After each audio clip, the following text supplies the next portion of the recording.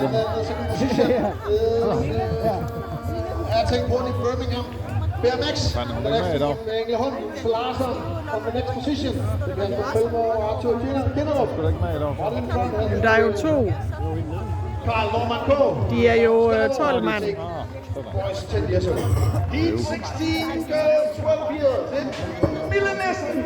Yellow in front here in this heat, and then there's a fight between Kulmøller from the runners, and then the Latvia. It starts at Mikuda up into second position before the last corner, and then we have from yellow Alba Meilby in fourth position, but it's going to be victory here today. First moto, Milanessen Eller. We have one 12 years old from Engleholm, Einar Tolander.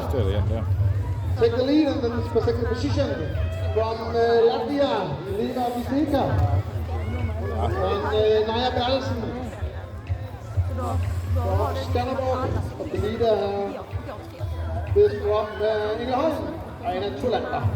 Vi kører heat 18 her, det er Boys 12, og det er Felix Kruse fra Varde, der har været den her. Men